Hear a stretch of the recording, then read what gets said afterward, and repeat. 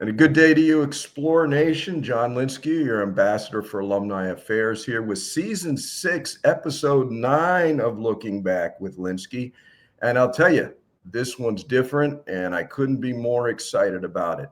We have on one of the up and coming Nashville stars, country music, local boy made good, you might say. The young Cuban kid that went into country music and is making waves. I will say this. Many of you have probably seen him at Lincoln's Beard, at Boogie's. He killed it at the Brew Fest. Hopefully you saw him on The View a couple years back. He has it, whatever it may be. Can't guarantee success, but without it, there is no chance. He's got a real chance. So, Explore Nation, please give a warm welcome to the Cuban Cowboy himself, Orlando Mendez. Orlando, thanks for being here with us, bro. What's up, John? Thank you so much for having me. This is a pleasure, man. This is a pleasure. Oh yeah. This is gonna be a lot of fun. And I think a lot of our audience they're familiar with your music. Around, like I said, around town at Brewfest, you become part of the Columbus family, playing Pig Roast on Saturday, which is going to be a spectacular event. But I think the obvious question, Orlando, to start with is, how does a Cuban kid growing up in Miami end up living in Nashville playing country music? How'd that happen, bro? Yeah. It's kind of crazy how it happened. I didn't grow up listening to country music. Obviously, it wasn't very prevalent in Miami. As a kid, It definitely didn't hear it too much.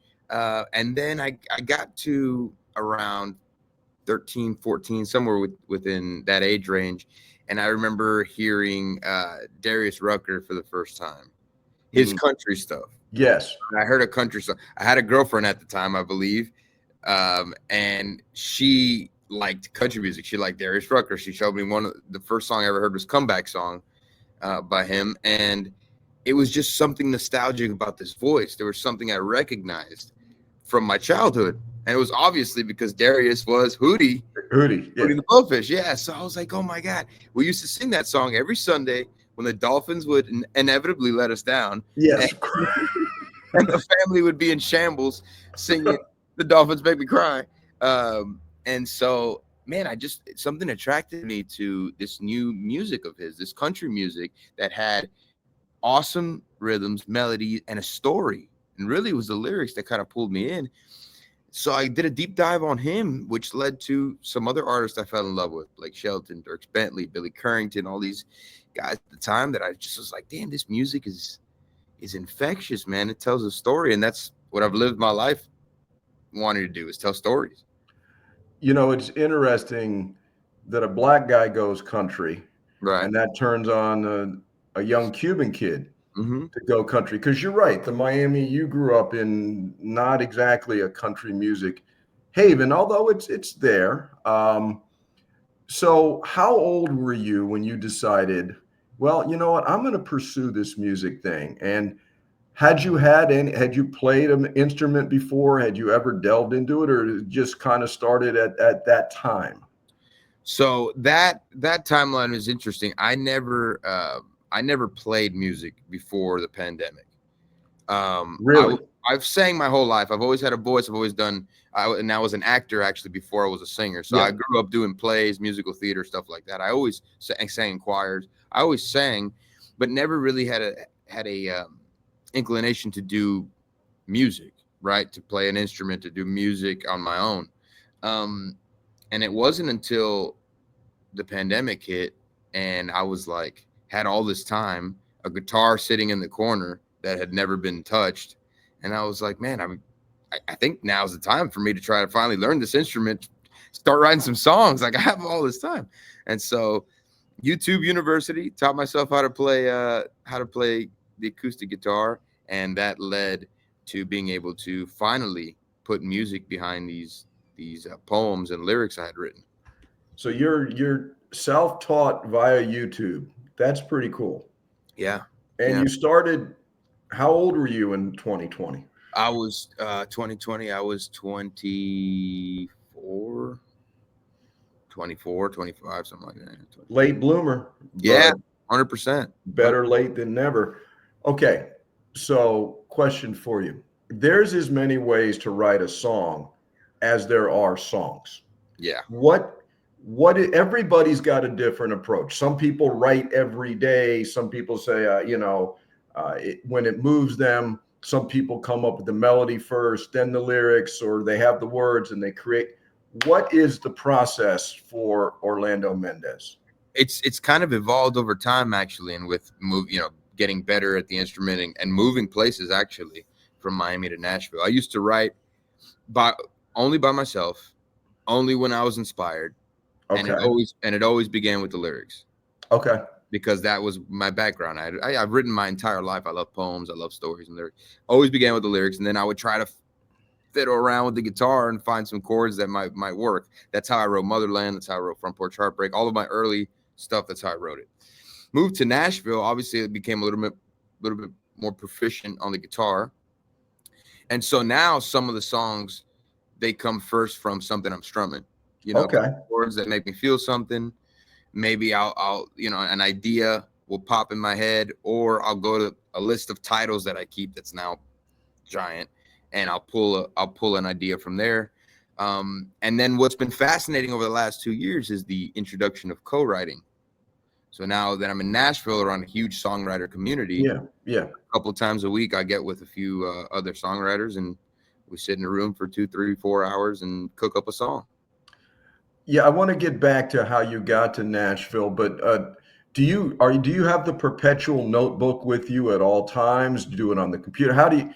Because I know some guys that notebook never leaves them. Yeah. And it's by the bedside. And some songs come easy. Yeah. And some songs you got to work like a dog. Yeah. Is there one in your catalog that let's go both ways, that came like that, and then the one like you just labored over? Yeah. I wrote Heart on the Line, which is one of my songs. I wrote that in like 30 minutes. Okay. It just flowed. It kind of just flowed. It kind of came to me in an instant. I wrote Motherland, and same thing, like in an hour. Really? Yeah. It was just those early inspirations were just real strong. Yes. Okay. And now the ones that have taken a bit, Sorrow Saloon took a while. I love that song. Yeah, that took a while. That took some help. I'm trying to think what other ones, man. A lot that I've written recently. That most of them aren't out yet. But Okay. they've been taken a little bit. And I think part of it is because I've become a little bit more critical, right, of myself. Okay. More critical of the music, trying to make it more melodic, trying to try different things. And so when in the beginning it was just like, dude, I know these 4 chords and I have these lyrics and I'm just gonna put them on a page and I'll edit after. And as I've grown a little bit, it's become not as easy. Yeah, well, that means you're accomplishing something. Your standards are going up. Right, the standards are going up. Yes. Yes. Do you remember the first time you said to yourself, you know what, I'm going to try to get up on a stage and play for people, and how that all came about? How does it? Yeah. So basic question: how does a young guy who decide I'm going to be, a singer songwriter, how do you go out and get a gig, and how do you build on that? So over the pandemic, I started obviously playing and writing. I had a buddy of mine who I rekindled a friendship with, that I went to elementary and middle school with, and early high school. I saw him one day. He put up a Facebook video of him jamming in his garage, just him and an electric guitar. And so I get this crazy notion. I reach out to him. Hey, Chris, I know we haven't talked in years, man, but I've been playing acoustic and singing. Like, do you want to jam sometime? And he's like, yeah, man, come over. Let's do it. Let's get in my garage. We called it the sweat teepee. Yeah. No AC in there. Middle of the summer. And let's jam. And we'd get in the sweat teepee and we'd jam. And that's what started my first ever band. It was the O2 band, which was a duo. It was just me on acoustic and vocals and him on electric guitar. And so naturally, after we had jammed so many times, like, man, why don't we try to play out for people? Why don't we try to play somewhere? Still peak pandemic. So, I mean, it wasn't like we were going to play anything crazy, but my uncle owns a restaurant, and he agreed to let us play the alley out back for like just a party he was throwing. So we played the back alley of Pub Grill in Cutler Bay, next to a dumpster, with like 20 people there, 30 people there, just in lawn chairs. And that was our first gig, playing through amps. We didn't even have speakers. It was through amps. My voice was going through a guitar amp. And listen, everybody starts somewhere, right? What did it feel like to play your music for people for the first time, and then the next time and the next time? How quickly did the bug bite you? It was immediate, man. That first gig was really like, yeah, this is what I want to be doing. I never looked, like I said, I was acting before this. It's like my whole mind just shifted. My whole mind, my heart, my soul just made a sharp shift at that moment of like, this is what I want to be pursuing right now. Well, you know what, if you think about it, performers are performers. Actors are on a stage. Yeah. Musicians are on a stage. So it's just a different, delivery method. But I can see that because there's a lot of, as you know, actors that also love to play music, and from Billy Bob, to Johnny Depp, to the Bacon brothers. I can keep going. So it's not unheard of. And probably having been, trained in acting a little bit, it gave you a presence, because I'm jumping ahead a little bit, but as well as I do, there are people who are great in the studio, and the studio makes them sound fantastic. Mm-hmm. And then they try to go live and they can't do it, and people are bitterly disappointed. Then there's the other extreme where bands they record, they make albums, whatever, but you get them on a stage and it explodes. Yep. You have that presence. When your band kicks it in, the energy level, there's a swing, there's a groove, and there's a power to your music, and you come alive as well. Yeah. And you can tell how much you enjoy what you're doing. Absolutely. Well, thank you, John. I appreciate it. I was actually having that conversation on a plane today with the guy next to me. He's like, we were talking about what I do, obviously, and he's like, man, you're a really chill guy, though. Like, do you have a switch? Like, do you? And I was like, yeah. And it's so natural. It's never been forced. It's just I walk on that stage, and it's a switch that gets flipped, and I'm somebody else, Yeah, and it's obvious to anybody who's seen you play that it's like, wow. So let's talk about your Miami kid, born and raised, yada yada. It's a serious decision to move to Nashville. Where did you find the confidence, or maybe you didn't, but decided to do it anyway? Because Nashville is Nashville. There's a million Orlando Mendezes in Nashville. 100%. Yeah, 100%. Where did the confidence come from that you can be that one in a million that stands out? So tell that story, Orlando. Yeah, I think, a big part of it was the voice. And, coming off of that show, I think remember, I was just a kid down here with a band touring touring around Miami and Fort Lauderdale, I wasn't doing anything big. I was in my little circle, the big fish, small pond. There wasn't a lot of people making country music, but to go on The Voice and to have the 4 chairs turn, to have a couple good rounds, to know that gave me the confidence to, okay, I can play in the ball game. Right. Yeah. Let's talk about The Voice for a minute, because you're absolutely right. Your performance, my wife watches The Voice religiously. I'm in and out. Right. And I kind of caught some of you, what I remember is you talking to Camilla. Oh, my brothers went to your high school, Palmetto. Yeah, the whole Miami thing, and I know that's cool. But then when you did that duet with Ava Lynn Thorson on Rocket Man, Yeah. that blew people's minds. And I'm not blowing smoke at you, but on that song, you stretched a note that was crazy. It was crazy. But then you went right into this Greg Allman, Bruce Springsteen growl at the same time, and everybody's like, "Oh my God, that range was incredible." Talk about that moment, because that was a head turner. Thanks, brother. That was probably my favorite round. To be honest with you, it was probably my favorite round of The Voice. It was the most enjoyable, I think, in the process of creating it. You know, it was a different rendition of Rocket Man. Yes, it It was was. like a countrified kind of thing, and I felt like it was perfectly tailored to me. And Ava killed it too. She did an incredible job. But that big note moment, actually, there's a funny story about it. It wasn't planned. I had never done it in any of the rehearsals. I had never done it with the band. It wasn't planned. It's another, another thing that it's just a switch that flips. I mean, I kind of get a little out of my head, and in that moment, in the heat of the moment, I decided that I don't know what went through my head, but I said, I'm going to try to go up on this note, like an octave. Yeah. And I don't know how, but I mean, I hit it, and it was like a big moment. And then I remember coming off stage and the vocal coach of The Voice absolutely ripping me a new one. Really?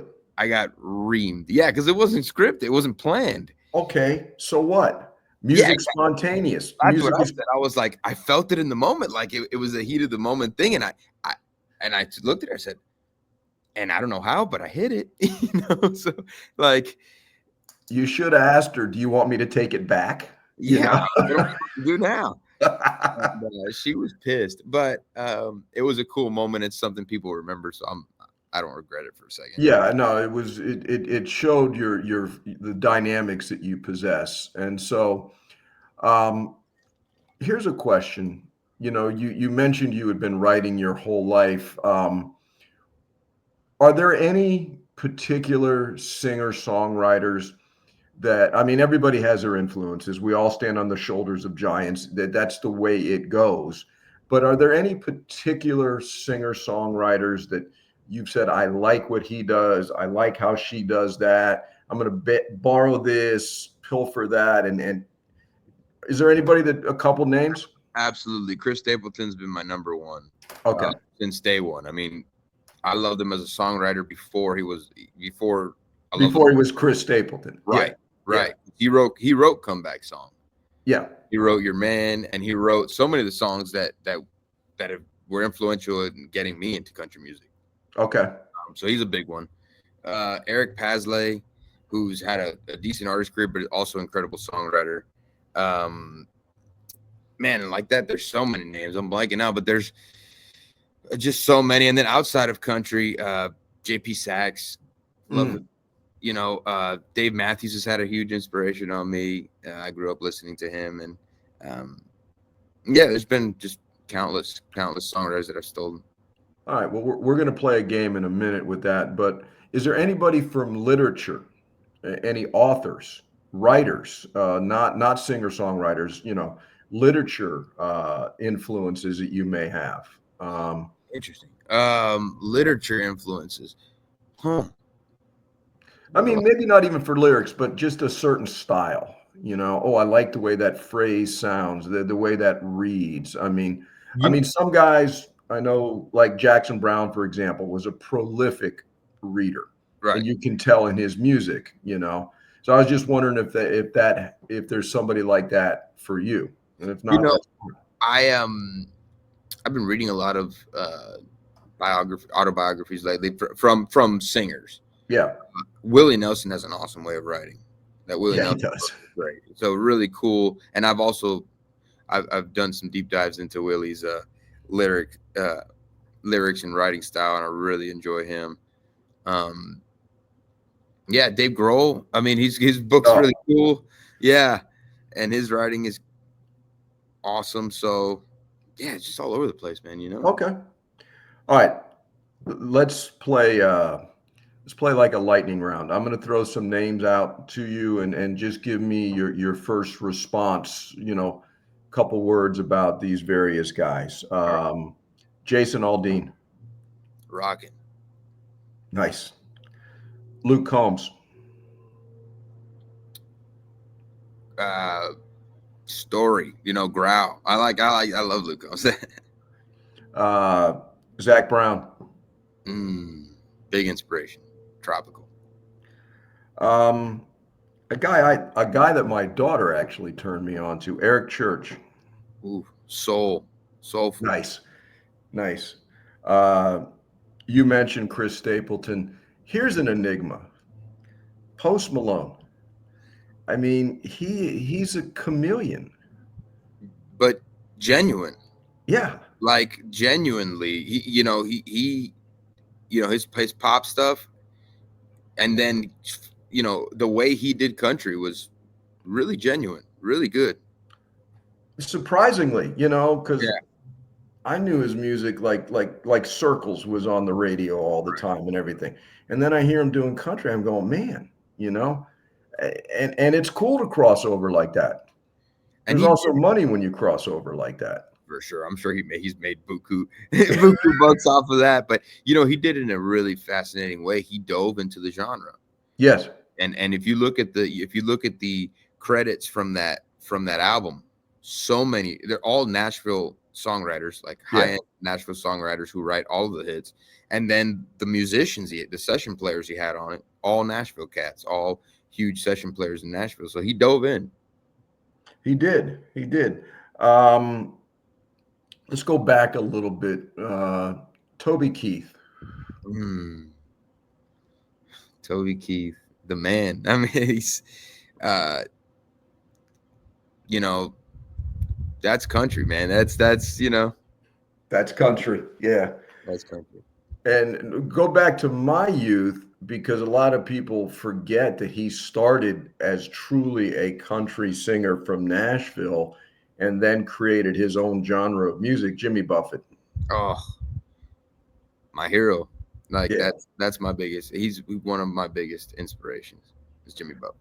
I can hear that, and the guy became a billionaire and never worked a day in his life. Yeah, he was just perfect. Had such a good time doing it, and built this brand that was its own world. It's just yes. Let's talk now. Let's do the same thing with some of, a little bit of depth on some of your songs. And I think for most people, certainly in Miami, the first song that resonated was Motherland. And you said that came together so quickly. Yeah. It's so autobiographical.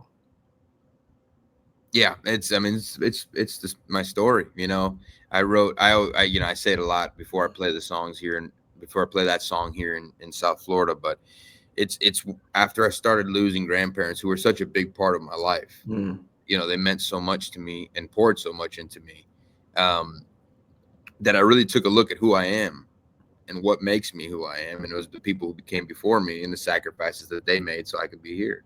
And once I did that, that just flowed from my heart. It's like so much love for these people and for the sacrifices that they made. And then just connect with people, because really it's the Cuban American story, but it's also the immigrant story. And it's also a story of just love and sacrifice and reverence for your family. Yes. Yeah. And there's obviously, I like this one, Miami or Me, The Decision, obviously a relationship song, Miami or Me, Heartbroken Tennessee. So talk about that one a little bit, because I think a lot of young musicians find themselves in situations like that. Yeah, that one's the gift that keeps on giving, man.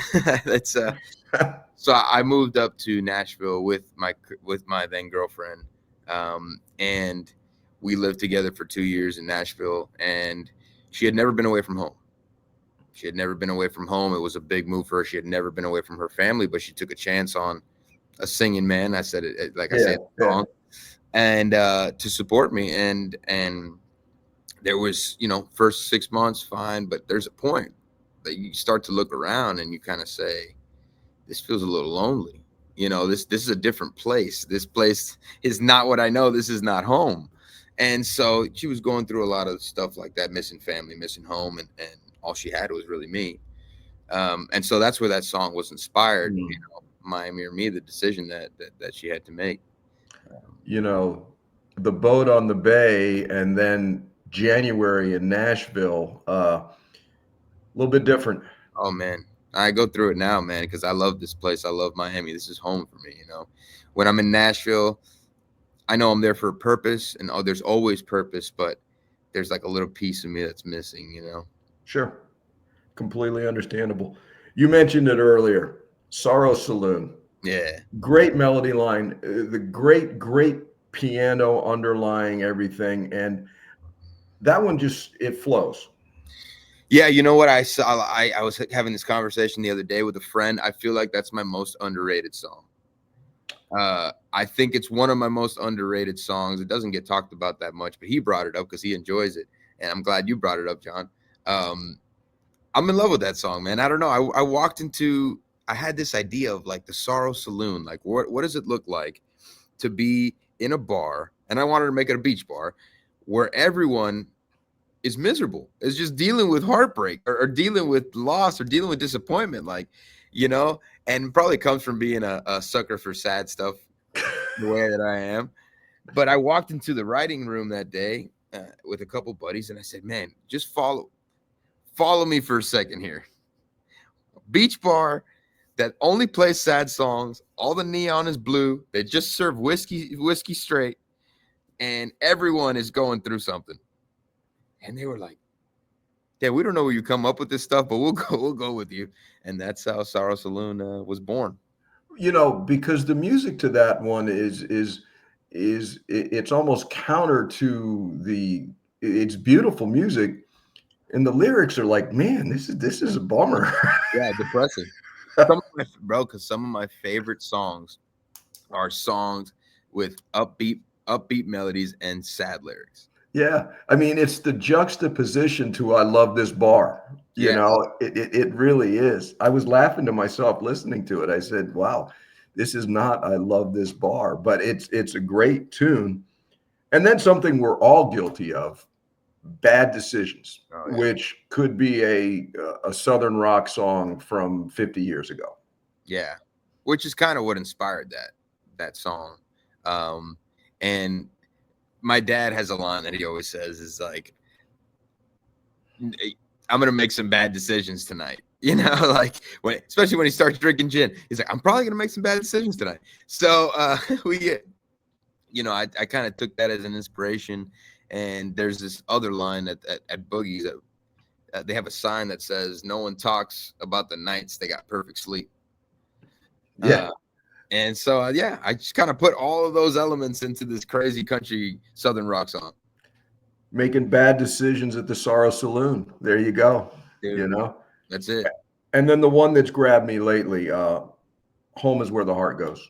Yeah. That's a pretty song, man. That one's just genuine, man. That's like I was telling you, just that one's straight from the heart of just being several times in Nashville and sitting there and saying, man, I miss home so much, you know? And just knowing that it doesn't have to be a house. It doesn't have to be a specific place. It can just be whatever home means for you, wherever your mind and your heart takes you when you think of home. Yeah. Yeah. You dropped your EP a few months back, Slow Season, and you know, a couple of great songs on there. We're just, you know, I love the title track as well. I think, and you and I had this discussion at Brewfest. People today, when I grew up in the 70s, you know, watching these bands emerge, you know, yeah, you had to have talent, you had to get lucky, but if you did, you were going to make a lot of money off of one record. That industry, as it existed, is a memory. Yeah, a memory. And talk about the challenges, Orlando, of being an up and coming musician and getting your music out there. But it's great to have it out there. Streaming services it's wonderful. For sure. But talk about how much money you don't make because of streaming. Yeah. For those who don't know, streaming pays just awful. I mean, just the most horrendous thing. I think per stream, you make like 0.00007 of a cent or something like that. It's something ridiculous. You can look up the actual number, and it changes per streaming platform. So streaming's not making you any money. And the market has also become very saturated because anyone can put anybody. Exactly. So yeah, it's a different world. And I've talked to a lot of older music executives who are no longer in it or have seen it change, and they lament, what it's become. But with it also comes opportunities. You don't necessarily need a record label anymore. Correct. If you find a way, you can do it yourself. Which gives some freedom to the artist. It's just become a little tougher. Well, yeah, it becomes a lot tougher. So in that regard, for particularly someone in your genre, playing live is essential. And you've got your hat on and you've got your sweatshirt on. A lot of people don't think about this. Talk about the importance of merch to an artist. Yeah, merch is huge, and you nailed it, John. Live performance is where I make all of my money. I mean, well, most. It's live performance. It's still getting out, playing shows. Trying to play bigger shows, festivals, events. That's where the money's at. And then merchandise sales obviously are huge to an artist because, you can mark it up, and you can capitalize on the brand. That's why it's so important when someone goes to a show. They don't understand. I think some people do, but the point is, if you buy a T-shirt, it makes a difference. Absolutely. Every T-shirt, every hat, every sweatshirt, it's basically paying bills. So everybody at Pig Roast, Orlando's going to be doing a meet and greet by the stage. He'll be selling his merch. We'll have Sharpies, and it is very important to support the artist. So here's a question. It's not like you're on a tour bus or, the Stones airplane or whatever the case may be. You're out there doing it old school. When you're on the road like that, things happen. You have an interesting road story and experience that you just shake your head and like, why am I doing this? You have one of those moments. Yeah, we've we've had plenty. We've had plenty from, we all travel in my truck, in my Ram 1500. We don't have a bus. We don't have a van. We don't have anything. We travel light, and 4 or 5 guys in a car. You can imagine, in a truck for hours. You can imagine all types of stuff that goes down, and how we pass the time. But we've showed up to shows where either we get, the sound isn't right, or we get poured on. I've had that happen before. I've played a show where there was so much rain and we were playing. There was so much rain that we were under kind of a tent, and the tent just gave way at some point, and the guy standing under the point that gave way was me. Oh, Jesus. Completely soaked from head to toe, electronics ruined. Well, water and electricity don't play well together. Yeah. There's that, and I think that's another point, that everybody thinks it's so glamorous to be on the road. No, it's not. It's a lot of travel and a lot of bad food and a lot of no sleep for those magic moments on the stage. Yeah. And and if the stage experience is bad because of the sound or whatever, it's like, man, the whole payoff doesn't even happen, and sometimes the pay itself doesn't happen. Right. Absolutely. No, and actually, another road story, we were February of last year, we were coming off of a run here in Florida, and we were driving back to Nashville. And Nashville last February had a really bad snowstorm, like the worst they've had in like in years and years and years. and with ice and snow.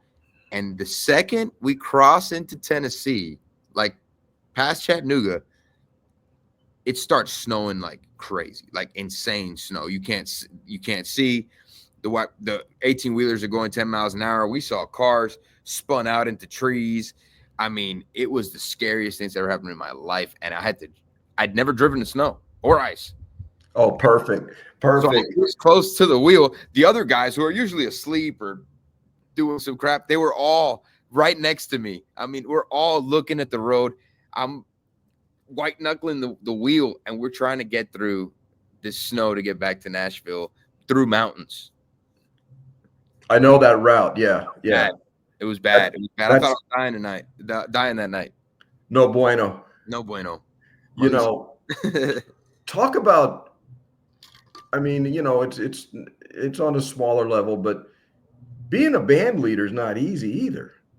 No, it's tough. I mean, you got to deal with other individuals and personalities, and, you know, people forget you might be in a band because of talent and arrangement and not necessarily out of friendship. Yeah. And, you know, you've got to find a way to coexist. And we've all heard about, you know, the success stories, and then you know, everybody ends up hating each other, yada, yada, yada. But being a band leader, you know, you got to be an amateur psychologist. It's tough, man. You nailed it. I mean, it's dealing with 4 personalities, you know, and I've been blessed to have a group of guys who are just genuinely good people. You know, I've been playing with them since we started here in Miami. They're all University of Miami School of Frost grads. Oh, okay. Yeah. And we started in the Keys, and we've been playing together for 3 years. We just lost our bass player to LA, but it's okay. It happens. Yeah, it happens. We've replaced him with a really great guy, Reese, who also graduated from UM. So I've been blessed, but even in those moments, man, we've had ups and downs. We've had arguments and fights. We've had on stage breakdowns. You know, we're pretty good on stage, but like backstage breakdowns over everything. And me as the leader, you know, I usually have to be the calmer, cooler head and mediate some of this stuff. And one story I have for you is actually my guitar player now, Stanton. He wasn't the guy at the beginning. There was another guy at the beginning who we played with for like almost a year, and he had an ego, you know, a big ego. And one day on stage in the middle of a show, I guess we cut one of his solos a little short, and he turned off his stuff, turned off his amp, put down his guitar mid-song, and just left us playing and walked off stage. And so I got off stage, and it's not my character at all, man. I'm a guy who wants peace and love and happiness. But I had to tell him, hey, listen, you're out. No, you can't do that. That's unacceptable, bro. You don't leave your team. You don't leave your team. You don't leave your band hanging. That's unacceptable. Your brother. No. Again, everybody thinks it's so glamorous out there. But that moment, do you, I'm sure you do, is there a particular show, a particular moment when you could say to yourself, man, this is worth all the hard work? Yeah, I would say it was Country Bay Music Festival last year. I'd never played a stage like that, you know, and although we were playing at noon on the first day, and there was maybe 50, 100 people there or something like that. It was, you know, we were in this huge parking lot right next to Marine Stadium, right there. Yeah. Done it up all nice. It's a massive stage, biggest stage I ever played on, and for like 100 people. But you know what? It was just this feeling of this is what I want to do with the rest of my life. Like, this is what it's all about. I want to play stages like this. I want to have moments like this. And one of those long stages with the catwalk thing, and man, I ate that up, dude. It was just like, this is what I was born for, man. Yes. You're born to do that. And it's obvious that, like I said, you can't define what it is, but you know it when you see it and when you hear it. And I think people at Pig Roast, a lot of people have seen you around town, but man, it's going to be a big crowd. And the energy that comes off when the downbeat hits, it's like, here we go. Yeah. And it's a freight train, and it doesn't stop. you know, and it's a wonderful thing to watch a young guy, you know, develop like that. So I just thought of this. Here's one question for you. One artist, living or dead, that you could sit down and talk with or even write a song with. Yeah. Bono. Oh, cool. Yeah. Cool. Bono. Why? Man, U2 was my first concert. My dad was a big U2 guy, and I don't know, beyond artistry, incredible singer, and his songs have always hit me. Just a fascinating person with a big, big heart. And I'd love to just sit down with him and talk to him. I think his perspective on life is great, and um, how charitable, he is. So would love him, would be amazing. Jimmy Buffett is an easy go-to answer. I mean, that would have been a dream. But yeah, there's quite a few. No, that was a good answer. I didn't see that one coming. Yeah. So you mentioned your old man. Did you listen to a lot of your old man's music? Yes. Yeah, I grew up with all his music, and his music taste was like U2, Dave Matthews, but also Pearl Jam and Nirvana and Green Day, and so I grew up with a lot of influences. The Cure, it was. No, that's so many. It's cool that, basically, as you know, generations kind of have their own music, but there are certain artists that time is irrelevant. You can go to certain artists and you're going to have people that are 80 and people that are 8. Yeah. And music is the great unifier. And that to me is the beauty of music. Absolutely. It brings people together. And Greg Allman used to say, for 2 hours, people can forget about their problems. They can forget about their worries. They can leave it all behind and just lose themselves and have a good time. That's what's amazing. And that's exactly what you do. And so I encourage everyone who's going to be at Pig Roast on Saturday. You're going to close out the event, 90-minute set. It's going to be fantastic. And since this is Columbus centric, Orlando, what's it like to become an honorary member of Explore Nation? I know Johnny Cuba, Andres Madrid, they've been a big part of what you do, but what's it like to move into our family? It's pretty awesome, man. I never thought it was going to happen either, because I went to the very little brother down the street. Florida Christian. Yeah. Christian. So, I never thought that I would be accepted into the Explorer Nation. But I'll tell you what, man, it's a blessing. And I've met so many cool people who are part of that alumni base, have friends who went there as well. And to be an honorary Explorer is pretty cool, man. I'm not going to lie.